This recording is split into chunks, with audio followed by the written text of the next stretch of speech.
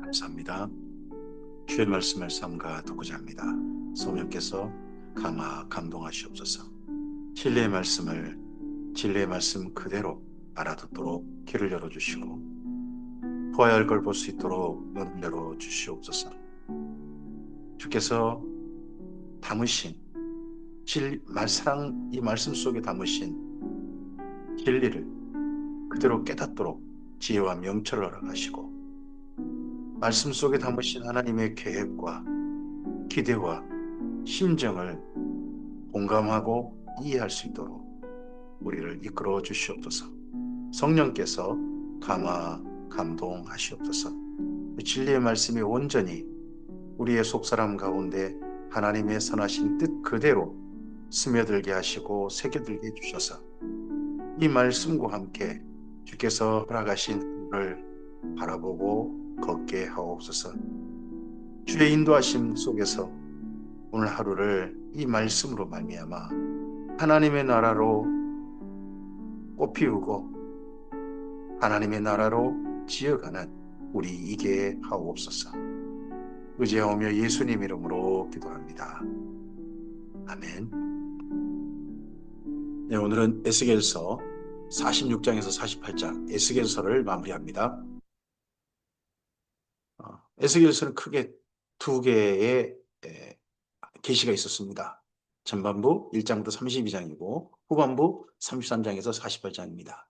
전반 둘 다 바벨론 포로들을 향한 계시의 말씀입니다.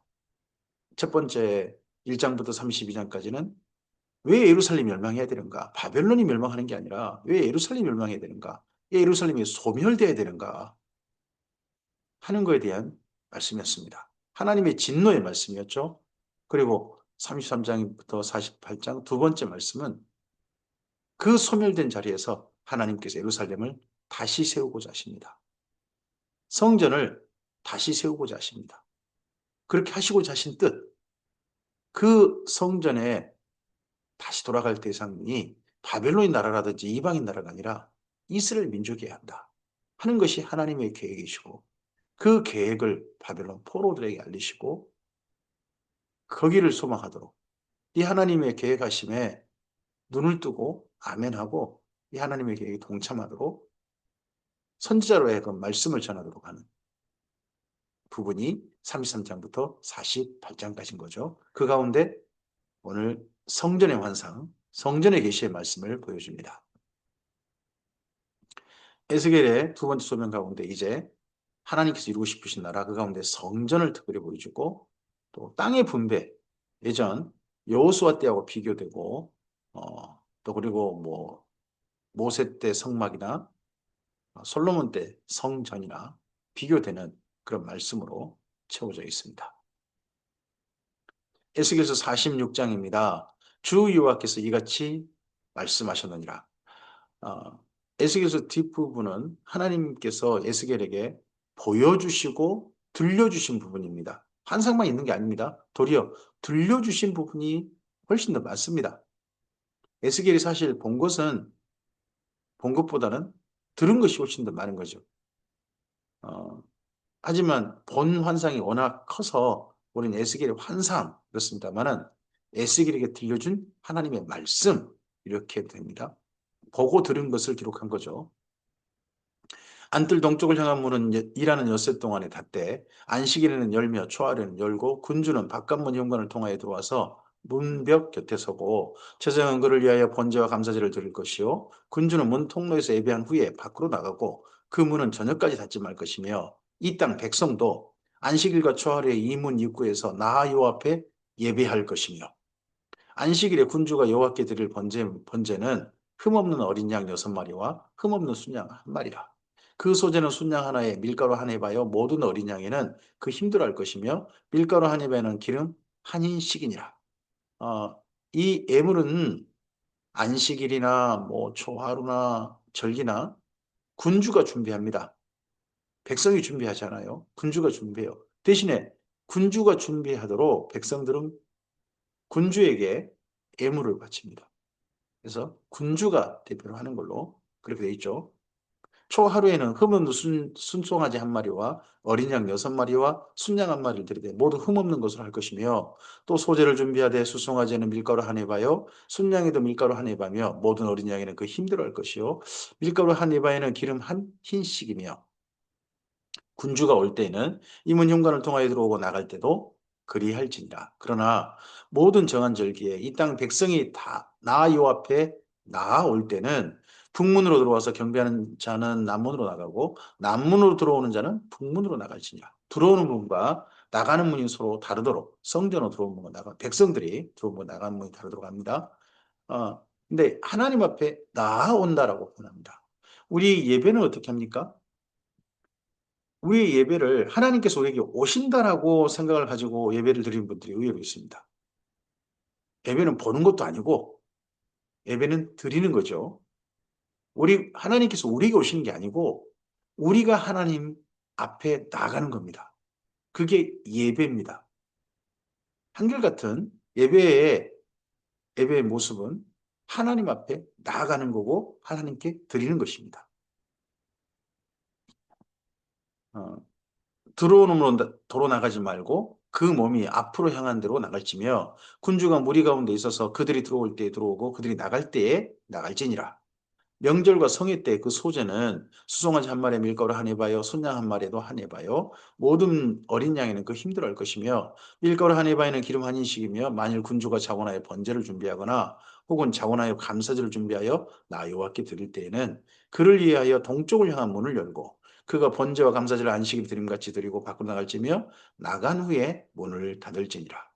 아침마다 1년 되고 흠없는 어린 만 한 마리를 번제를 갖추어 나 여호와께 드리고 또 아침마다 그것과 함께 드릴 소제를 갖추되 곧 밀가루 6분의 1 예바와 기름 3분의 1 흰을 섞을지니 이는 영원한 규례로 삼아 항상 나 여호와께 드릴 소제라. 이같이 아침마다 그 어린 양과 밀가루와 기름을 준비하여 항상 드리는 번제물로 삼을지니라. 일상 번제라 그러죠?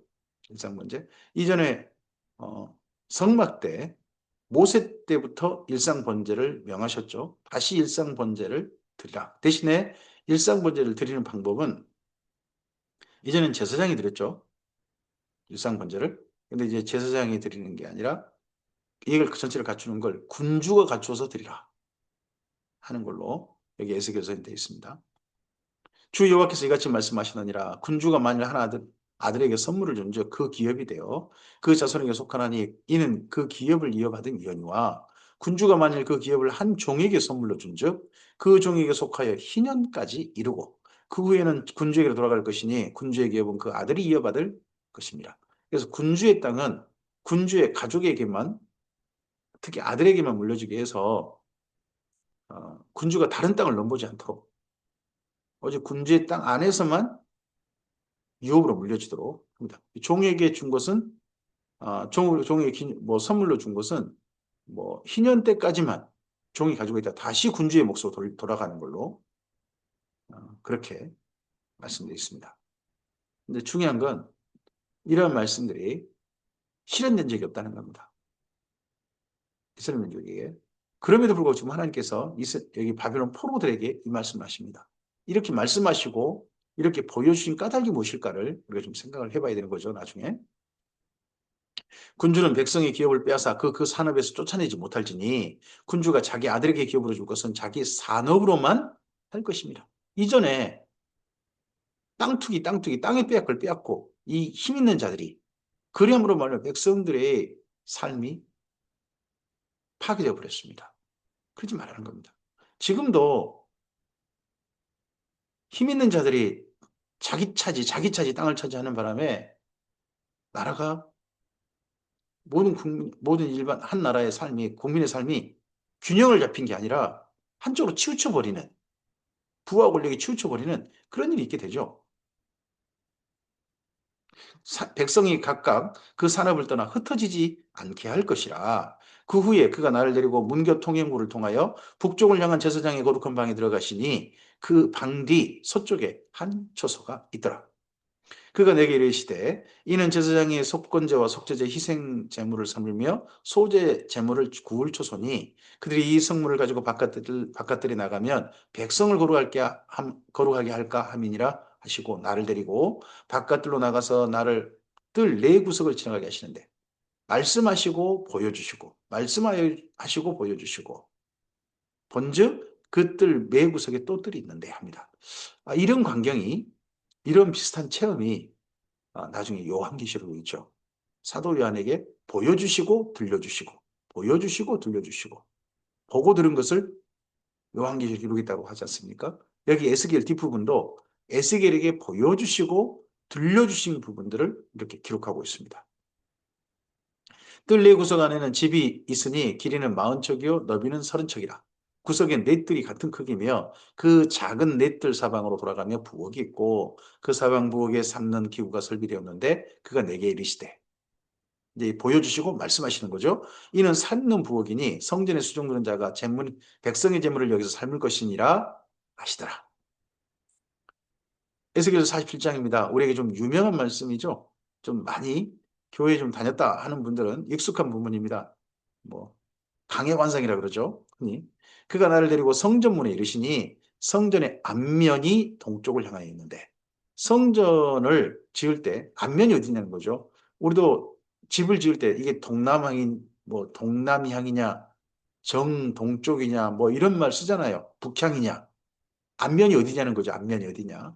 성전의 앞면은 동쪽이랍니다. 동쪽? 그럼 그 앞면에서 하나님께서 들어오시고 또 앞면에서 사실은 들어가게 되는 거죠.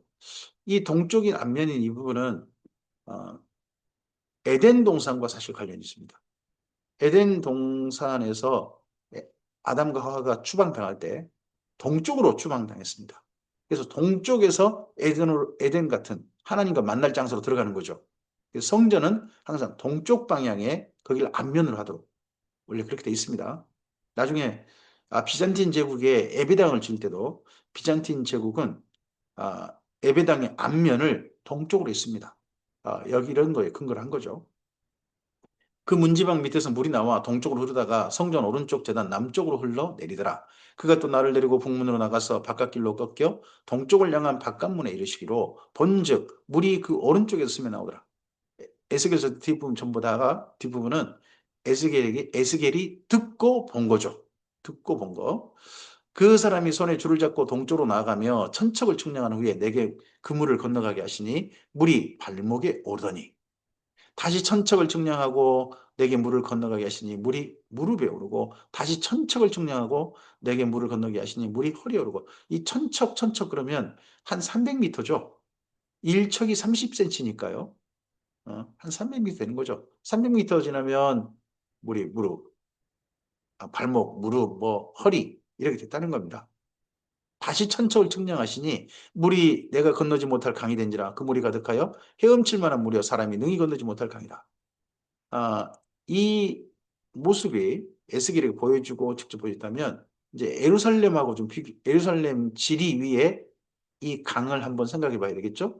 그러면 성전이 모리아산 아닙니까? 모리아산에서 그쪽 동쪽과 북쪽에서 물이 흘러나와 가지고 먼저 기드론 시내로 옆에 감람산과 모리아산 그 사이 기드론 시내로 흘러서 기드론 시내에서 남쪽으로 흐르는 거죠. 기드론 시내에서 남쪽으로 흐르면 거기가 사해 쪽이 됩니다. 사해 쪽으로 쭉 흘러내려가는 거죠. 내려가면서 강이 300m 지날 때마다 물이 조금씩 더 늘어나는 모습이 있습니다. 근데 이렇게 되려면 사실은 성전에서만 물이 나와서는 안 됩니다. 성전에서만 물이 나오는 게 아니라 다른 데서 물이 함께 합쳐져 가지고 이렇게 물이 가야 되는데 어쨌든지 뭐 이거 성전에서 나온 물만으로 이렇게 된 것처럼 예, 여기 본문은 쓰고 있습니다. 그러니까 특별한 환상인 거죠. 특별한 계십니다만 일반적인 지리 모습엔 이렇게 보긴 좀 어렵습니다. 그리고 마침내 능히 사람이 헤엄칠 만한 물이 되고 사람이 건너지 못할 정도로 물이 흐른다. 네. 물이 진짜 강이 된 거죠. 그가 내게 이르시되 인자야 내가 이것을 보았느냐 하시고 나를 인도하여 강가로 돌아가게 하시기로 내가 돌아가니 강 좌우편에 나무가 심이 많더라. 그가 내게 이르시되 이 물이 동쪽으로 향하여 흘러 아라바로 내려가서 바다에 이르니 이 바다가 사해죠. 이 흘러내리는 물로 그 바다의 물이 되살아나리라. 사해. 왜 사해입니까? 죽은 바다거든요. 물고기가 안 살아요. 못 살아요. 염도가 너무 진해서. 근데 바다의 물이 되살아나리라. 이 강물이 이르는 곳마다 번성하는 모든 생물이 살고 또 고기가 심이 많으리니 이 물이 흘러 들어가므로 바닷물이 되살아나겠고 이 강이 이르는 각처의 모든 것이 살 것이며 또 이 강가에 어부가 설 것이니 엔게디에서부터 에네글라임까지 금을 치는 곳이 되리라. 엔게디, 에네글라임 전부 다 사해에 있는 지역입니다. 나중에 엔게디 여기에 다윗이 이전에 다윗이 이쪽에서 좀 숨어 지냈죠. 야당 생활 때 전부 다 사해에 연접된 곳입니다.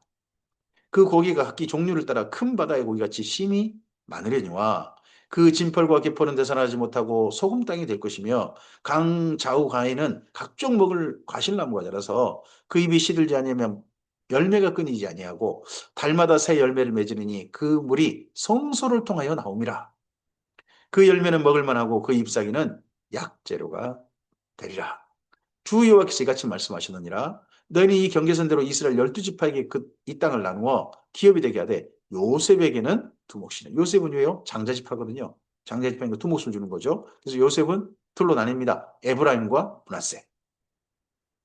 내가 이적에 내 손을 들어 맹세하여 이 땅을 너희 조상들에게 주겠다고 하였나니 너희는 공평하게 나누어 기업을 삼으라. 이 땅이 너희의 기업이 되리라. 하나님께서 기업이 되신 지파가 있죠? 레위 지파죠. 레위 지파고 나머지 지파들은 땅이 기업이 되게 합니다. 근데 여기 땅 분배는 이전에 모세 때와는 다릅니다. 여호수아 때 다른 거죠. 이 땅 경계선은 이러하니라. 북쪽은 대에서부터 헤들론 길을 거쳐 스닷 어기까지니 곧 하맛과 브로다며 다메섹 경계선과 하맛 경계선 사이에 있는 시브라임과 하우란 경계선 곁에 있는 하셀 하티곤이라.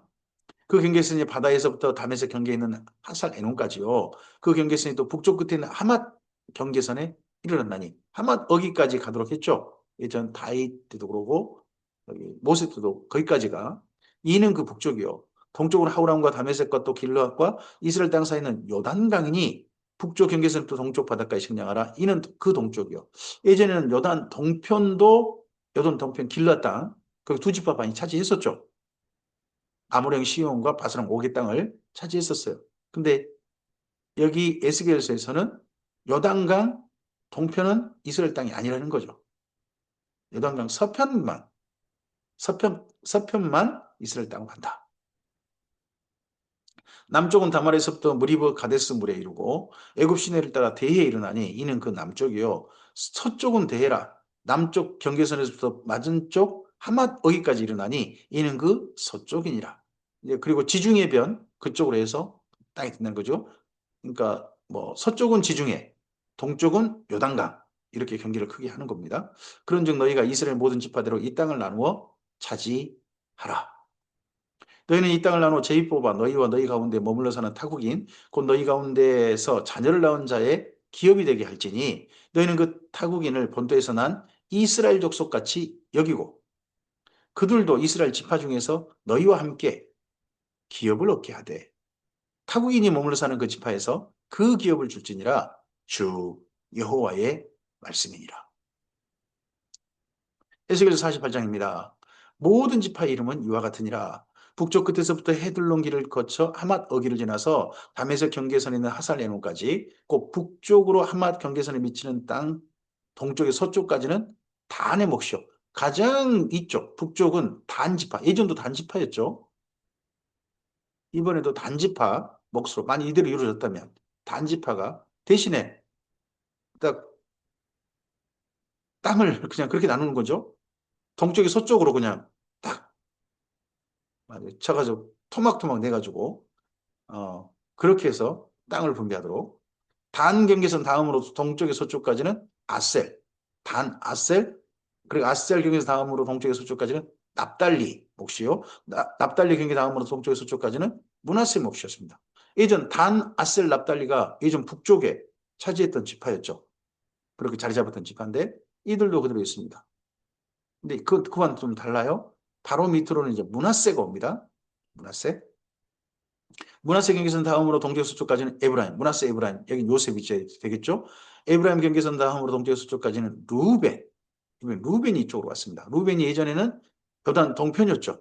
근데 루벤이 서편으로 와서 요셉 지파 밑으로 내려오게 되고 루벤 경계선 다음으로 동쪽 서쪽까지는 유다의 몫입니다. 유다. 유다 지파가 예전에는 최남단이었죠. 최남단이었는데 이젠 중앙으로 위치하게 됩니다. 중앙으로. 왜냐 그러면 중앙에 군주의 몫이 있죠. 그리고 성전의 몫이 있습니다. 그러다 보니까 그쪽 땅이 있다 보니까 유다 지파가 군주하고 연접하게 되는 거죠. 가운데로 와서. 유다 경계선 다음으로 동쪽 서쪽까지는 너희가 예물로 드릴 땅이라. 그래서 유다 지파 그 밑에 예물. 너비는 2만 5천 척이요 길이는 다른 몫의 동쪽에 서쪽까지 와갖고 성소는 그 중앙에 있을지니 너희가 여호와께 드려 예물로 삼을 땅의 길이는 2만 5천 척이요 너비는 만 척이라. 그 이 드리는 거룩한 땅은 제사장에게 돌릴지니 북쪽으로 길이가 2만 5천 척이요 서쪽으로 너비가 만 척이요 동쪽으로 너비가 만 척이요 남쪽으로 길이가 2만 5천 척이라. 그 중앙에 여호와의 성소가 있게 하고 이 땅을 사독의 자손 중에서 거룩하게 구별한 제사장에게 돌릴지어다. 그들은 직분을 지키고 이스라엘 족속이 그릇될 때 레위 사람이 그릇된 것처럼 그릇되지 아니하였느니라. 땅을 차지할 명분이 사독 가문에게 있다. 제사장에게 있다. 근데 꼭 이야기를 뭐 좀 더 명분이 있다 하는 그런 표현을 일부러 넣습니다. 레위 지파도 앞서서 보면 이스라엘 민족이 타락한 것만고 타락하지 않았다. 뭐 이런 표현도 쓰고 그런 게 있습니다.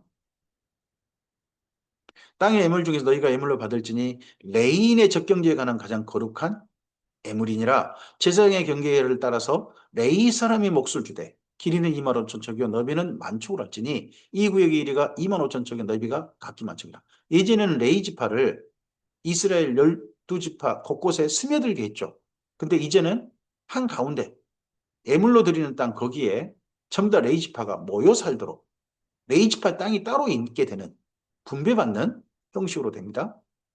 그들이 그 땅을 팔지도 못하며 바꾸지도 못하며 이 땅의 처음 익은 열매를 남에게 주지 못하리니 이는 여호와께 거룩히 구별한 것입니다. 이 2만 5천 척 다음으로 너비 5천 척은 속된 땅으로 구분하여 성읍을 세우며 거주하는 곳과 전원을 삼되 성읍이 그 중앙에 있게 할지니 그 크기는 북쪽도 4,500척이요 남쪽도 4,500척이요 동쪽도 4,500척이요 서쪽도 4,500척이며 그 성읍의 들은 북쪽으로 250척이요 남쪽으로 250척이요 동쪽으로 250척이요 서쪽으로 250척이며 예물로 삼아 그렇게 구별할 땅과 연접하여 남아있는 땅의 길이는 동쪽으로 만척이요 서쪽으로 만척이라. 곧 예물을 삼아 거룩하게 구별할 땅과 연접하였으며 이 땅의 수산을 성읍에서 일하는 자의 양식을 삼을지니라 합니다. 여기는 성읍과 연결되어진 그 다음 속된 땅입니다. 요즘 같으면 뭐라고 할까요? 개발지향구역이라고 그럴까요? 여기는 그냥 들로만 남겨두라는 거죠. 마을을 세우지 마라. 들로만 남겨두고 밭 같은 걸로만 사용해라. 이스라엘 모든 지파 가운데서 그 성읍에서 일하는 자는 이 땅을 경제할지니라. 그런즉 예물로 드리는 땅의 합계는 길이도 2만 5천 척이요 너비도 2만 5천 척이라. 너희가 거룩히 구별하여 드릴 땅은 성읍의 기준 합하여 네모 반듯 할 것이니라. 거룩하게 구별할 땅과 성읍의 기지 좌우편에 남은 땅은 이제 군주에게 돌릴 것이다. 유다 지파 그리고 거룩한 땅 그리고 군주 한 가운데가 다 몰려 있는 거죠. 그 거룩하게 구별할 땅의 동쪽을 향한 그 경계선 앞 2만 5천 척과 서쪽을 향한 그 경계선 앞 2만 5천 척이라 다른 목들과 연접한 땅이니 이것을 군주에게 돌릴 것이며 거룩하게 구별할 땅과 성전의 성소가 그 중앙에 있으리라. 그런즉 군주에게 돌려 그에게 속할 땅은 레위 사람의 기업 좌우편에 성읍의 기지 좌우편이며 유다 지경과 베냐민 지경 사이에 있을지니라. 그러니까 한가운데 거룩한 땅은 위로는 유다 지파가 있고 남쪽으로는 베냐민 지파가 있는 거죠. 그 중간에 유다 지파와 베냐민 지파의 연접한 가쪽으로 뺑 둘린 땅은 군주의 땅이고 그리고 그 가운데는 레위 지파 땅이고 그 더 가운데는 제사장의 몫이고 제사장의 땅이고 또 그 제사장의 땅 가운데 한가운데가 성소가 있는 한가운데 그런 형식으로 땅 분배를 이렇게 말씀하고 있는 게 보입니다. 그 나머지 지파 이제 그 남쪽입니다. 한가운데 이제 그 남쪽으로는 그 나머지 모든 지파는 동쪽에 서쪽까지는 베냐민의 몫이요. 베냐민 경계선 다음으로는 동쪽에 서쪽까지는 시므온의 몫이요. 시므온의 경계선 다음으로는 동쪽에 서쪽까지 이사갈의 몫이요. 예전에 시므온은 유다 지파한테 빌붙어 가지고 그것도 유다 지파의 가장 안 좋은 땅 최남단이었죠. 근데 이제 베냐민 다음으로 시므온이 몫이 되어주고 그리고 시므온 경에서 다음으로 동쪽 수족관이 이사갈인데 이사갈 경에서 다음으로 동쪽 수족관이 스불론이고요. 이 지파도 원래 저 북쪽에 있었어요. 근데 이번엔 남쪽으로 가게 되고요. 스불론 경계선 다음으로 동쪽 수족관이 또 갓이 가게 되네요. 갓 경계선 다음으로는 남쪽 경계선은 다말에서 무리바 가데스셈에 이르고 애굽 시내를 따라 대에 이르나니 이것이 너희가 뽑아 이스라엘 지파에게 나누어져 기업이 되게 할 땅이요 또 이것들은 그들의 몫이니라 주 여호와의 말씀이라. 가장 북단은 단, 가장 남단은 갓 이런 식으로 예전과 전혀 다른 땅 분배. 그리고 동쪽에서 서쪽으로 예전에는 동쪽으로 서쪽으로 이렇게 분배하지 않았거든요. 이번에는 그렇게 하는 걸로 해서 하나님께서 에스겔에게 보여주신 말씀입니다. 보여주시고 들려주신 말씀인 거죠. 주 여호와의 말씀이니라. 그 성읍의 출입구는 이러하니라. 북쪽의 너비가 4,500척이라. 그 성읍의 문들은 이스라엘 지파들의 이름을 따를 것인데 북쪽으로 문이 셋이라. 하나는 루벤 문이요, 하나는 유다 문이요, 하나는 레위 문이요. 여기 그 성읍이 어디입니까? 예루살렘인 거죠. 예루살렘에 이제 12문이 있는데 각 북쪽 동서남북에 문이 셋씩 있어서 각 지파의 문이 있는 겁니다. 여기 이 형식을 따라서 역을 따라서 보면 요한계시록에 12진주문이 있죠. 12진주문 12기둥이 있고 문이 있죠. 기초석이 있고 문이 있는데 기초석은 여기 이스라엘 12지파 그리고 문의 이름은 거기 예수님의 12제자 그런 형식으로 나중에 요한계시록에 새 예루살렘 성도 보이죠. 여기는 예, 에스겔에게 보여주신 이스라엘 민족이 돌아가서 이루었으면 하시는 그런 예루살렘의 모습인 겁니다. 동쪽의 너비는 4,500척이니 또한 문이 셋이라. 하나는 요셉 문이요 하나는 베냐민 문이요 하나는 단 문이며 남쪽의 너비는 4,500척이니 또한 문이 셋이라. 하나는 시므온 문이요 하나는 이사갈 문이요 하나는 스불론 문이며 서쪽도 4,500척이니 또한 문이 셋이라. 하나는 간 문이요 하나는 아셀 문이요 하나는 납달리 문이며 그 사방 협계는 18,000척이라. 그날 후로는 이 성읍의 이름을 예루살렘 아니 여호와 산마라 하리라. 여호와께서 거기 거하신다. 여호와께서 여기 계신다 하시는 성읍이 될 것이다 합니다. 이러한 성읍과 이렇게 땅 분배를 받고 이러한 성전을 짓고 다시 제사를 하나님께 드리고 이스라엘 12지파가 가나안 땅에 사는 날을 하나님께 이스라엘 민족이 주고 싶어졌습니다. 물론 조건은 있습니다. 이스라엘 민족이 하나님의 말씀을 알아들어서 자신들의 과거를 부끄러워하는 겁니다. 정말 부끄러워서 확실하게 과거 손절하고 하나님의 계명을 따르는 새로운 사람들로 거듭나서 정말 물로 씻고 하나님의 영으로 그들에게 속으로 체험받고 그리고 주의 계명을 따라 사는 삶으로 삶이 완전히 바뀌어서 이 땅에 살기를 원하셨습니다. 가나안 땅에. 근데 이게 에스겔에게 보여주시고 에스겔에게 들려주신 말씀으로만 멈춰져 있습니다. 그럼 이 말씀이 실현될까요? 아니, 이 말씀이 실현될 수가 없습니다. 왜냐하면 이 말씀은 이스라엘 민족만의 성이고요. 또 그리고 이 여기는요. 제사를 드려요. 번제라든지 소제라든지 뭐 절기제사라든지 제사를 드리는 거거든요. 그런 것이 중심된 도시거든요. 또 군주가 있죠. 이 모든 것들은 이 모든 내용들은 예수님으로 말미암아 이미 성취되어 버렸거나 폐지되어 버렸습니다. 제사는 다시 드리지 않습니다. 예수님 이후. 그래서 예수님께서 예물이 되어 버리셨어요. 영단번에 예물이 되어 버리셨습니다. 그래서 우리는 다시는 제물이 되셨습니다. 그 제물로서 하나님께 나아가는 그런 제사는 드리지 않습니다. 제사는 폐해졌습니다. 그래서 우리가 예배를 드리는 겁니다. 그러면 여기 성전 결국 영원히 하나님의 꿈으로 남겨져 버린 겁니다. 이루어지지 않을 꿈인 거죠. 그럼 이스라엘 민족이 이렇게 땅을 차지하는 거? 그럼 아울러서 이루어지지 않은 겁니다. 그러므로 에스겔서와 같은 그런 나라를 꿈꾼다? 그런 성전을 짓고 싶어 한다? 예수님이 오셔버렸기 때문에 이것은 이미 폐기된 설계도입니다. 폐기된 설계도. 근데 이런데도 불구하고 이런 걸 이스라엘 민족이 이루어지는 게 말세다. 그건 사탄입니다, 사탄. 악령이 할 일입니다.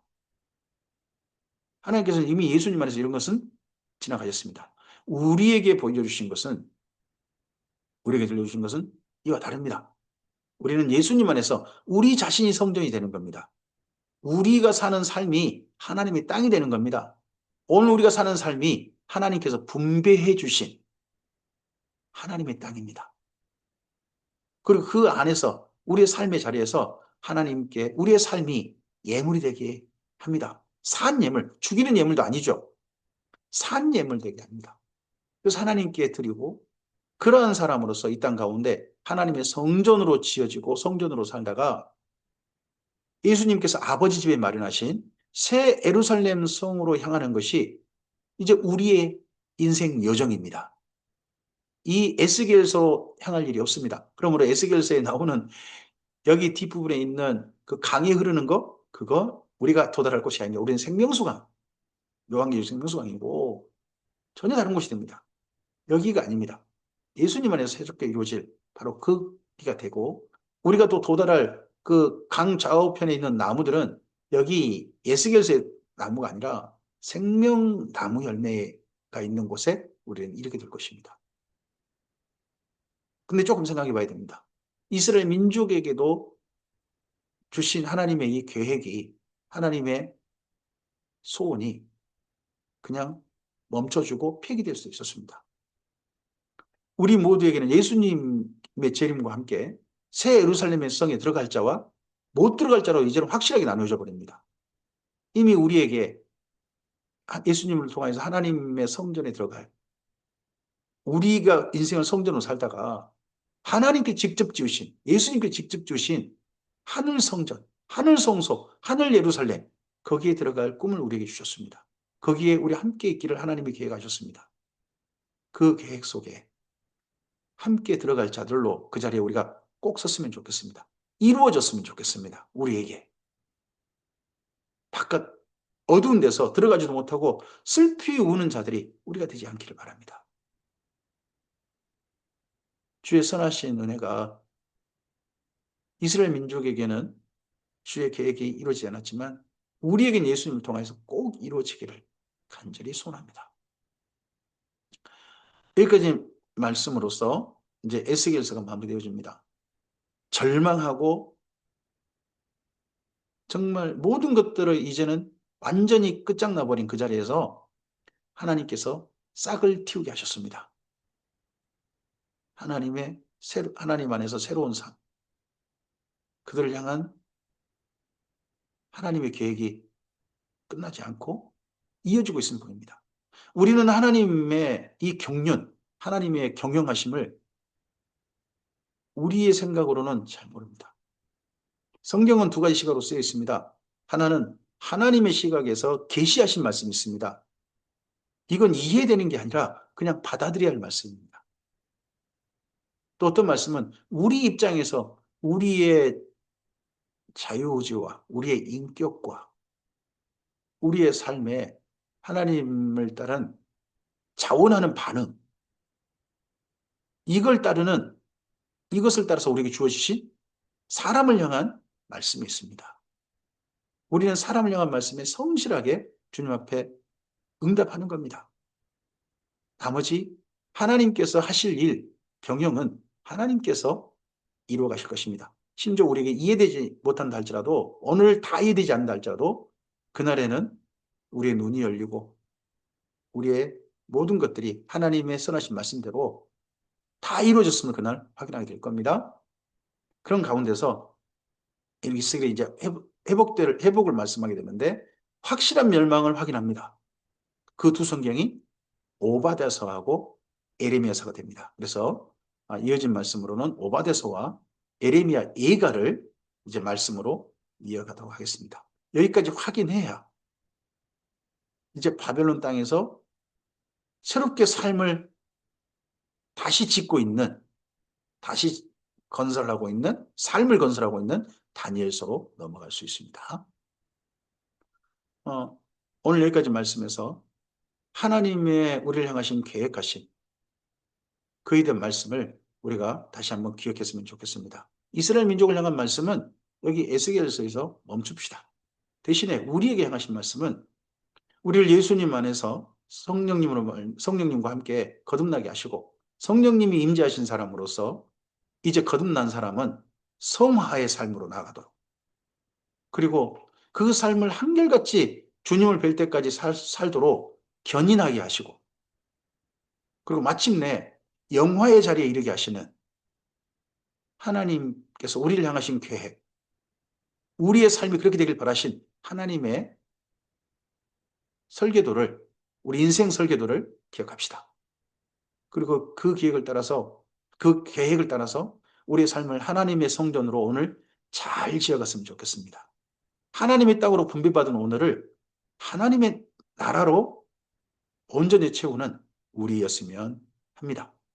그런 우리를 통하여서 이 땅의 많은 사람들이 우리를 통하여서 살림받았으면 좋겠습니다. 성전에서 흘러나오는 물이 사회까지 살렸습니다.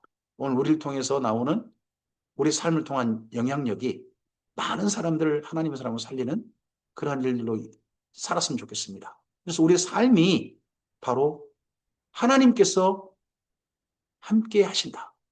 거하신다 하는 여호와 삼마, 임마누엘 하는 바로 그 자리이기를 바랍니다. 복된 주님의 나라, 하나님의 성전이 세워지는 바로 그 하루를, 오늘을 주님 안에서 마음껏 사는 우리이기를 바랍니다. 감사합니다.